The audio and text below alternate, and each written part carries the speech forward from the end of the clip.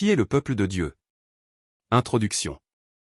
Jésus a dit aux Juifs de son temps que leur maison sera abandonnée selon Matthieu chapitre 23 verset 38, « Voici, votre maison vous sera laissée déserte. » Et beaucoup ont pensé que Jérusalem a été abandonnée par Dieu.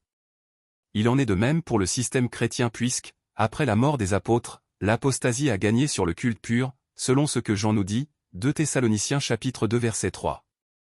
Et pourtant, dans le livre de l'Apocalypse, il nous est parlé des saints, Apocalypse chapitre 14 verset 12. Cela veut dire qu'ils seront là lors de la venue de Jésus. Comment les identifier à notre époque? Quel texte biblique nous permet d'avoir une bonne vision de ce point? Il y a beaucoup de religions et nous pouvons nous poser la question, est-ce que ces religions, dans leur ensemble, font partie du peuple de Dieu? Suffit-il de croire pour appartenir au peuple de Dieu? 1. Les Juifs sont-ils à notre époque le peuple de Dieu? L'apôtre Paul dans Romains chapitre 11 versets 28 et 29 nous explique que les Juifs sont aimés à cause de leurs ancêtres. En ce qui concerne l'Évangile, ils sont ennemis à cause de vous, mais en ce qui concerne l'élection, ils sont aimés à cause de leur Père. Car les dons et l'appel de Dieu sont irrévocables. Ce n'est donc pas à cause de leurs œuvres, mais à cause de leurs ancêtres.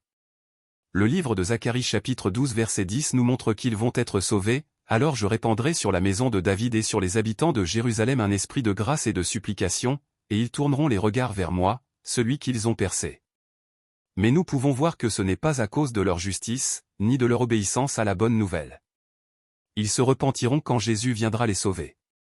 C'est d'ailleurs ce que nous dit Matthieu chapitre 23 verset 39, « Car, je vous le dis, vous ne me verrez plus désormais, jusqu'à ce que vous disiez, béni soit celui qui vient au nom du Seigneur. » Nous pouvons voir aussi que les saints, ou le peuple de Dieu, sont présentés par les 2 témoins dans Apocalypse chapitre 11 versets 3 et 4.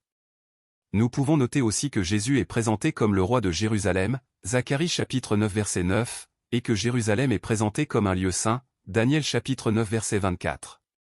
C'est pour cette raison que la Bible pointe du doigt Jérusalem pour la réalisation des prophéties. 2. Les chrétiens à notre époque forment-ils le peuple de Dieu? Beaucoup le pensent, mais la réalité est tout autre. Puisqu'il nous faut comprendre qu'à notre époque, il n'y a pas de culte pur. Donc, si nous pensons que le fait d'être une religion chrétienne est salvateur, nous sommes en train de nous tromper. Néanmoins, on peut dire qu'il y a des chrétiens puisque le livre de l'Apocalypse chapitre 12 le mentionne.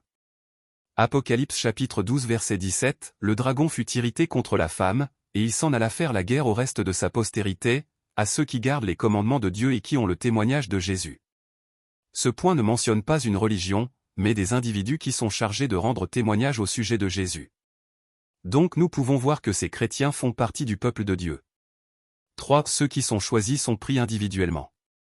C'est ce que nous pouvons constater en lisant la Bible. Il ne nous est donné aucun groupement qui a été sauvé collectivement. Donc nous comprenons que c'est à chacun de nous de faire partie du peuple de Dieu en ayant la pensée de Christ, 1 Corinthiens chapitre 2 verset 16. C'est d'ailleurs ce qui ressort des lettres écrites dans le livre de l'Apocalypse aux 7 églises d'Asie, Apocalypse chapitre 2 verset 7, 11, 17, 26. Il n'y a que ceux qui font la volonté de Dieu qui sont sauvés. C'est ce que dit aussi Matthieu chapitre 7 verset 21, « Ceux qui me disent, Seigneur, Seigneur, n'entreront pas tous dans le royaume des cieux, mais celui-là seul qui fait la volonté de mon Père qui est dans les cieux. » Ce qui montre qu'il ne faut pas se dire faire partie du peuple de Dieu pour être sauvé. Il y a avant tout des normes à respecter. Conclusion. Le peuple de Dieu est donc tout ce que Dieu a choisi selon ses normes, les Juifs à cause de leurs ancêtres, Romains chapitre 11 verset 28, et les chrétiens à cause de leur foi, Galates chapitre 3 verset 26. Nous pouvons remarquer que ce ne sont pas les religions qui sont sauvées mais les individus, et le choix dépend de Dieu, Jean chapitre 15 verset 16. Ce qui nous montre que les œuvres ne sont pas la référence pour être sauvés. Ce qui se comprend d'ailleurs dans le cas des Juifs qui n'ont pas foi en Jésus, Romains chapitre 9 versets 31 et 32. Il est impossible de savoir qui est le peuple de Dieu aujourd'hui, mais nous savons que les prophéties vont se réaliser sur Jérusalem parce que Jésus ne permettra pas que ce lieu saint soit souillé. Il en est le roi, Apocalypse chapitre 11 verset 15.